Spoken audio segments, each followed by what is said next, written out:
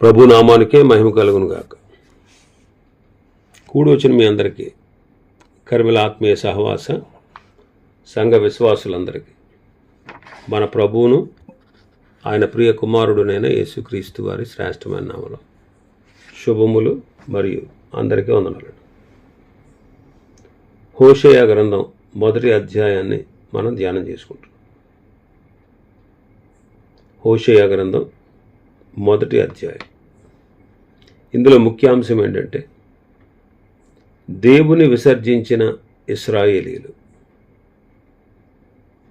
దేవుని విసర్జించిన ఇశ్రాయేలీలు. అందులో భాగంగానే విసర్జించిన ఇశ్రాయేలీల యొక్క సూచనలు, ఆ సూచనగా ప్రవక్త యొక్క కుటుంబం ఉండడం మనం ధ్యానం చేసుకుంటాం. 3వ వచనం. కాబట్టి అతడు పోయి దెబ్లయీము కుమార్తె అయిన గోమెరును పెండ్లి చేసుకునను. ఆమె గర్భవతి అయి అతనికి ఒక కుమారుని కనగా యెహోవా అతనితో ఇలాగ సెలవిచ్చెను, ఇతనికి యజ్రయేల్ అని పేరు పెట్టుము. యజ్రయేలులో యెహూ ఇంటివారు కలుగజేసుకున్న రక్త దోషమును బట్టి ఇంకా కొంతకాలమునకు నేను వారిని శిక్షింతును. ఇశ్రాయేలు వారికి రాజ్యం ఉండకుండా తీసివేతును. హోషేయ దేవుని ఆజ్ఞకు విధేయుడై దెబ్లయీము కుమార్తె అయిన గోమెరును పెండ్లి చేసుకున్నాడు. ఆమె గర్భవతి కుమారుని కంద.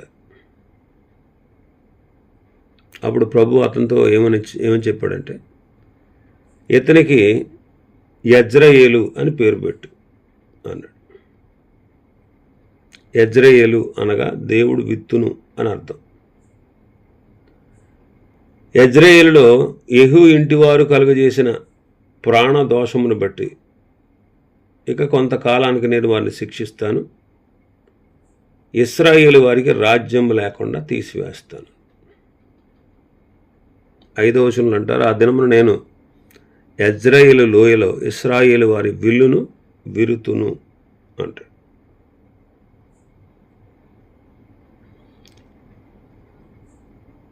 రాజుల 2వ గ్రంథం 9-10 అధ్యాయాల్లో బయలును పూజిస్తున్న వారిని అందరినీ హతము చేయడానికి దేవుడైన యెహోవా యెహూకు అభిషేకాన్ని ఇచ్చాడు. యజ్రయేలు భూభాగమందు వారు హతము కావాలి. కాబట్టి మీరు రాజుల 2వ గ్రంథం 9వ అధ్యాయం నుంచి 17వ అధ్యాయం వరకు మీరు చదివితే ఈ సంఘటనలన్నీ కూడా సంభవిస్తాయి.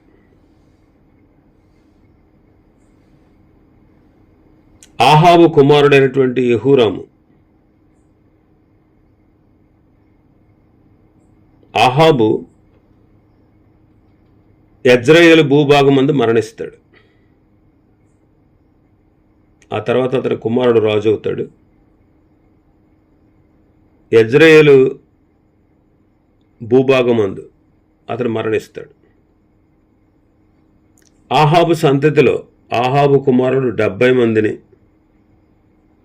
యెహూ హతమారుస్తాడు. అది 10వ అధ్యాయంలో మనం చూస్తాం. అందుకు ప్రభు ఏమన్నారంటే, రాజుల 2వ గ్రంథం 10వ అధ్యాయం 30-31లో మనం చూస్తే, నీవు నా హృదయాలోచన అంతటి చొప్పున ఆహాబు కుటుంబీకులకు చేశావు. నా దృష్టికి న్యాయమైనది జరిగించి బాగుగా నెరవేర్చావు.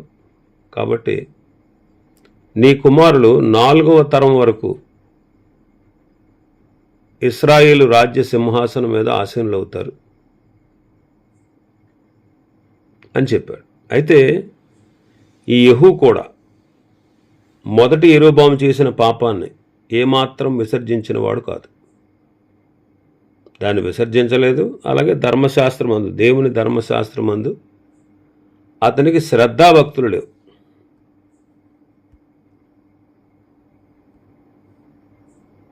30-31 వచనాలు. రాజుల 2వ గ్రంథం 10వ అధ్యాయం 30-31. కావున యెహోవా యెహూతో ఇలాగూ సెలవిచ్చాను, నీవు నా హృదయాలోచన అంతటి చొప్పున ఆహాబు కుటుంబీకులకు చేసి నా దృష్టికి న్యాయమైన దాన్ని జరిగించి బాగుగా నెరవేర్చితివి గనుక నీ కుమారులు 4వ తరం వరకు ఇశ్రాయేలు రాజ్య సింహాసనం మీద ఆసీనులవుతారు. 31వ వచనం చదివితే అయితే ఇశ్రాయేలు వారు పాపం చేయుటకు కారకుడైన మొదటి యరొబాము చేసిన పాపములను యెహూ ఏమాత్రము విసర్జించని వాడై ఇశ్రాయేలు దేవుడైన యెహోవా నియమించిన ధర్మశాస్త్రమును పూర్ణ హృదయముతో అనుసరించుటకు శ్రద్ధాభక్తులు లేనివాడై ఉన్నాడు. ఆ తర్వాత యెహూ యొక్క 4వ తరం రాజ్యం చేశారు, 4వ తరం వరకు. అయితే హోషేయ 1వ అధ్యాయం 4వ వచనంలో చెప్పినది యెజ్రెయేలులో యెహూ ఇంటి వారు కలగజేసిన ప్రాణదోషమును బట్టి ఇంకా కొంతకాలమునకు నేను వారిని శిక్షింతునని చెప్పినట్లు యెహూ యొక్క 4వ తరం వాడైన జకర్యా తరుముపడ్డాడు.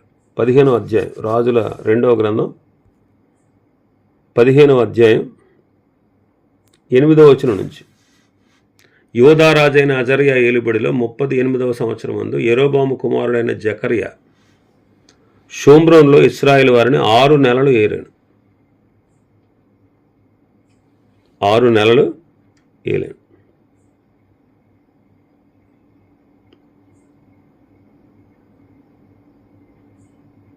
ఇతడు ఇశ్రాయేలు వారు పాపం చేయుటకు కారకుడకు నెబాతు కుమారుడైన యరొబాము చేసిన పాపములను విడువక అనుసరించుచు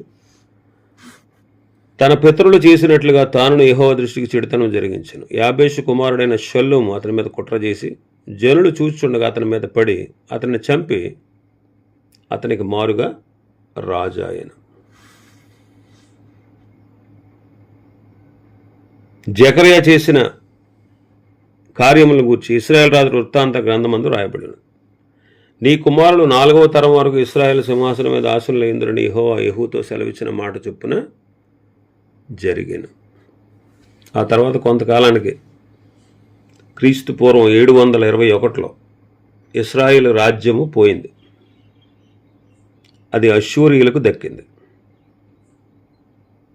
అష్షూరు వారు ఆ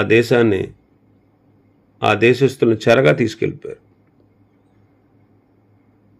ఇది రాజుల 2వ గ్రంథం 17వ అధ్యాయంలో చూస్తాం. వారు చేసిన పాపాన్ని బట్టి వారికి ఆ శిక్ష కలిగింది. వాక్యంలో ఏమని చెప్తుందంటే, మోసపోకుడి, దేవుడు వెక్కిరింపబడడు. మనుష్యుడు ఏ పంట విత్తునో ఆ పంటనే కోస్తాడు. గలతీ పత్రిక 6వ అధ్యాయం 7వ వచనం.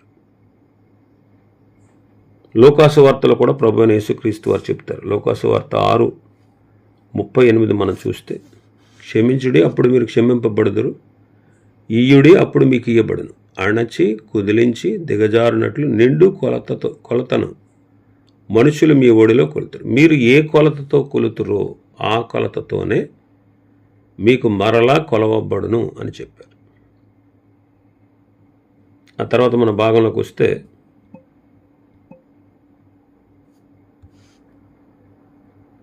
ఆరో వచనం, పిమ్మట ఆమె మరలా గర్భవతి కుమార్తెను కనగా యెహోవా అతనికి సెలవిచ్చినదేమనగా, దీనికి లోరు హామా అనగా జాలి నొందనిది అని పేరు పెట్టు. ఇక మీదట నేను ఇశ్రాయేలు వారిని క్షమించను, వారి ఎడల జాలి పడను. ఇక్కడ కుమార్తె పుట్టింది రెండవసారి. ప్రభు అతనికి ఏమని సెలవిచ్చారంటే, ఈ కుమార్తెకు లోరు హామా అని పేరు పెట్టు అన్నారు. లోరు హామా అంటే జాలి నొందనిది. ఇక మీదట నేను ఇశ్రాయేలు వారిని క్షమించను, వారి ఎడల జాలి పడను అన్నారు. ఎందుకని? ఇశ్రాయేలు వారు జార సంతతి అయి ఉన్నారు, అంటే విగ్రహారాధికులు అయిపోయారు. కనుక నేను ఇశ్రాయేలులను క్షమించను, వారి ఎడల జాలి పడను అంటున్నాడు. అసలు ప్రభు జాలి గలవాడు. కీర్తనకారుడు అంటాడు 103లో 13వ వచనం చదివితే, తండ్రి తన కుమారుల ఎడల జాలిపడినట్లు యెహోవా తన యందు భయభక్తులు గలవారి ఎడల జాలిపడును. అయితే ఇక్కడ నేను జాలిపడను అంటున్నాడు 6వ వచనంలో. ఎందుకని? దేవునికి వ్యతిరేకంగా ప్రజలు ప్రవర్తించారు కనుక వారిని క్షమించను, జాలిపడను అంటున్నాడు. చేయకూడదని దేవుడైన యెహోవా దేనిని గూర్చి వారికి ఆజ్ఞాపించెను వాటినే వారు చేస్తూ వచ్చారు. రాజుల 2వ గ్రంథం 17వ అధ్యాయం 12వ వచనం నుంచి చూస్తే, చేయకూడదని వేటిని గూర్చి యెహోవా తమకు ఆజ్ఞాపించెను వాటిని చేసి పూజించుచుండిరి. అయినను మీ దుర్మార్గములను విడిచిపెట్టి నేను మీ పితరులకు ఆజ్ఞాపించినట్టు నా సేవకులకు ప్రవక్తల ద్వారా మీకు అప్పగించినట్టు ధర్మశాస్త్రమును బట్టి నా ఆజ్ఞలను కట్టలను ఆచరించుడని సెలవిచ్చి ప్రవక్తలందరి ద్వారాను దీర్ఘదర్శుల ద్వారాను యెహోవా ఇశ్రాయేలు వారికి యోధా వారికి సాక్ష్యము పలికించినను వారు వినని వారై తమ దేవుడైన యెహోవా దృష్టికి విశ్వాసఘాతుకులైన తమ పితరులు ముష్కరులైనట్లు తామును ముష్కరులైరు. వారు ఆయన కట్టడలను తమ పితరులతో ఆయన చేసిన నిబంధనను ఆయన తనకు నిర్ణయించిన ధర్మశాస్త్రమును విసర్జించి వ్యర్థమైన దాన్ని అనుసరించుచు వ్యర్థులై వారి వాడుకల చొప్పున మీరు చేయకూడదని యెహోవా తమకు సెలవిచ్చిన తమ చుట్టూనున్న ఆ జనుల మర్యాదను అనుసరించి వారి వంటి వారే. వారు తమ దేవుడిని యెహోవా ఆజ్ఞలన్నిటినీ అనుసరింపక పోత విగ్రహములైన 2 దూడలను చేసి దేవతా స్తంభములను నిలిపి ఆకాశ సమూహమునకు నమస్కరించి బయలు దేవతను పూజించిరి.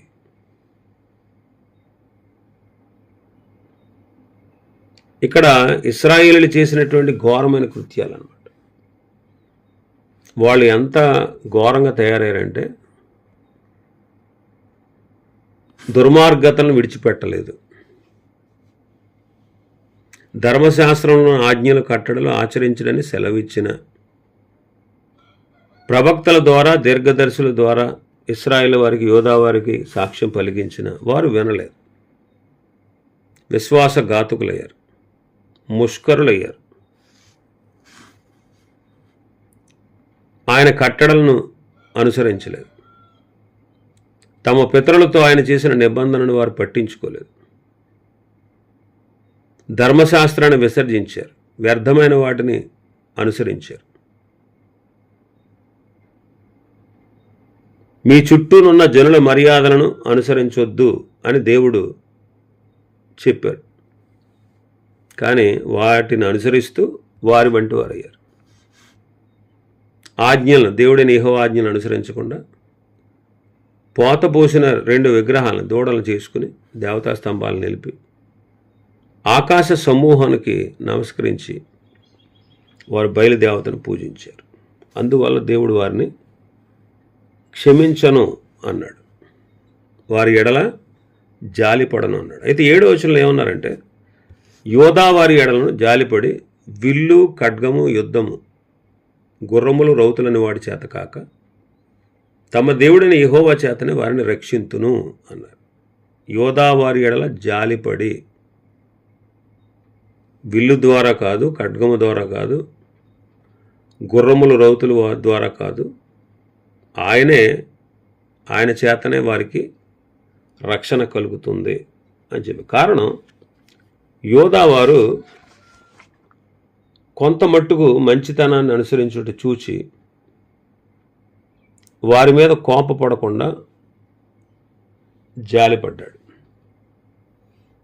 యోధా వారు కూడా దేవునికి ప్రార్థన చేశారు. యోధా వారు యెహోవాను ఆశ్రయించారు, అందుచేత జయం పొందారు.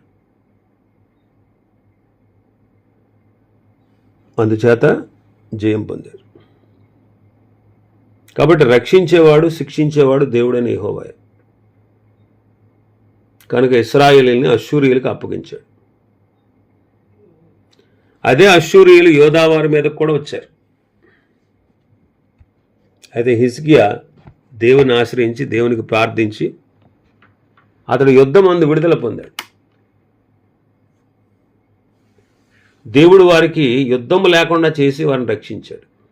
దినవృత్తాంతాల 2వ గ్రంథంలో 12వ అధ్యాయంలో చూస్తాం. అలాగే 18వ అధ్యాయం, రాజుల 2వ గ్రంథం 18వ అధ్యాయంలో కూడా మనం చూస్తాం, 19లో కూడా చూస్తాం. అష్షూరు వారు హిజ్కియా కాలంలో యోధా మీదకు వచ్చారు. అయితే దేవుడు వారిని అద్భుతమైన రీతిలో రక్షించాడు. అష్షూరీయులతో యుద్ధము లేకుండా తన దూతను పంపించి 185,000 మందిని మొత్తి దేవుడు తన ప్రజలకు విజయాన్ని కలుగజేశాడు. ఎలాగా? వారి సొంత శక్తి చేత కాదు. వారు తమ సొంత శక్తి చేత వాళ్ళు జయం పొందలేదు. దేవుడే వారికి జయాన్ని ఇచ్చాడు. దేవుడే వారికి జయాన్ని ఇచ్చాడు. కాబట్టి మన శక్తి చేత, మన బలం చేత కార్యాలు జరగవు, కానీ దేవుని శక్తి చేతనే జరుగుతాయి. అందుకే జకర్యా గ్రంథంలో మనం చదువుతాం. జకర్యా గ్రంథం 4వ అధ్యాయం 6-7 వచనాలు చూస్తే, అప్పుడు అతడు నాతో ఇట్లన్నాడు, జెరుబ్బాబెలునకు ప్రత్యక్షమగు యెహోవా వాక్కు ఇదే, శక్తి చేతనైనను బలం చేతనైనను కాక నా ఆత్మ చేతనే ఇది జరుగునని సైన్యములకు అధిపతియగు యెహోవా సెలవిచ్చాను. గొప్ప పర్వతమా, జెరుబ్బాబెలును అడ్డగించుటకు నీవు ఏమాత్రం దానువు? నీవు చదును భూమి అగుదువు.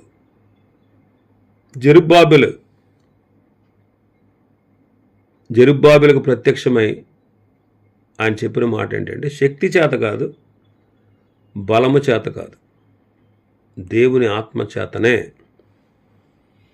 ఈ కార్యం జరుగుతుంది అన్నాడు. ఈనాడు పాపులైన మానవులను రక్షించింది ఆయనే.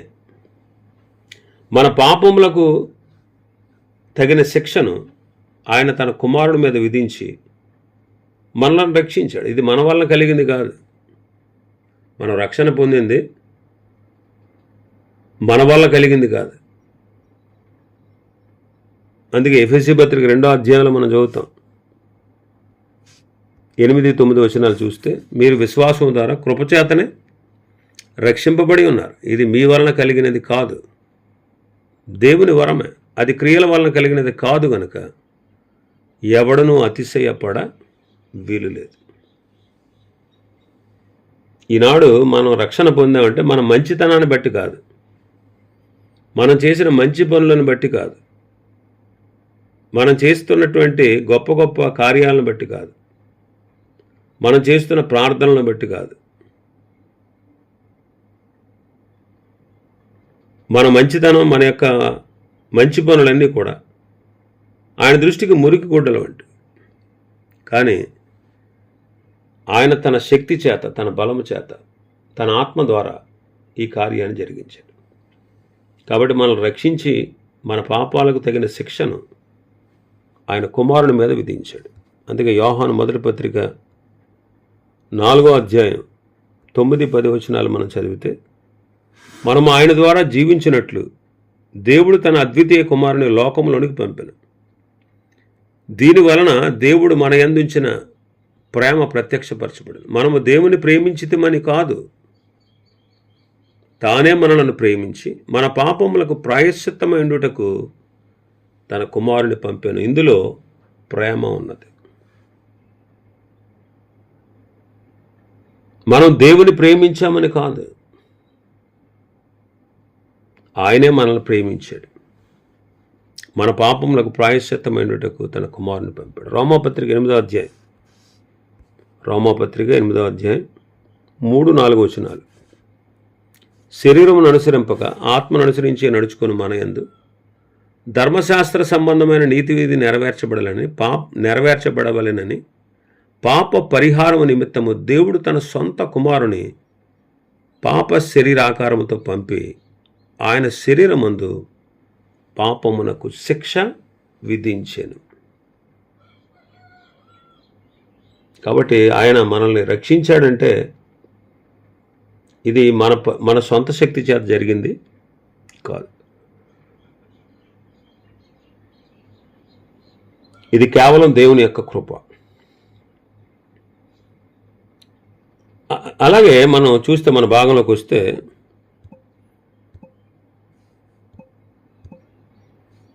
8-9 వచనాలు. లోరుహామ అంటే జాలి నొందనది పాలు విడిచిన తర్వాత తల్లి గర్భవతి కుమారుని కనినప్పుడు యెహోవా ప్రవక్తకు సెలవిచ్చినదేమనగా, మీరు నా జనులు కారు, నేను మీకు దేవుడినై ఉండను గనుక లో అమ్మి నా జనము కాదు అని ఇతనికి పేరు పెట్టు అన్నాడు.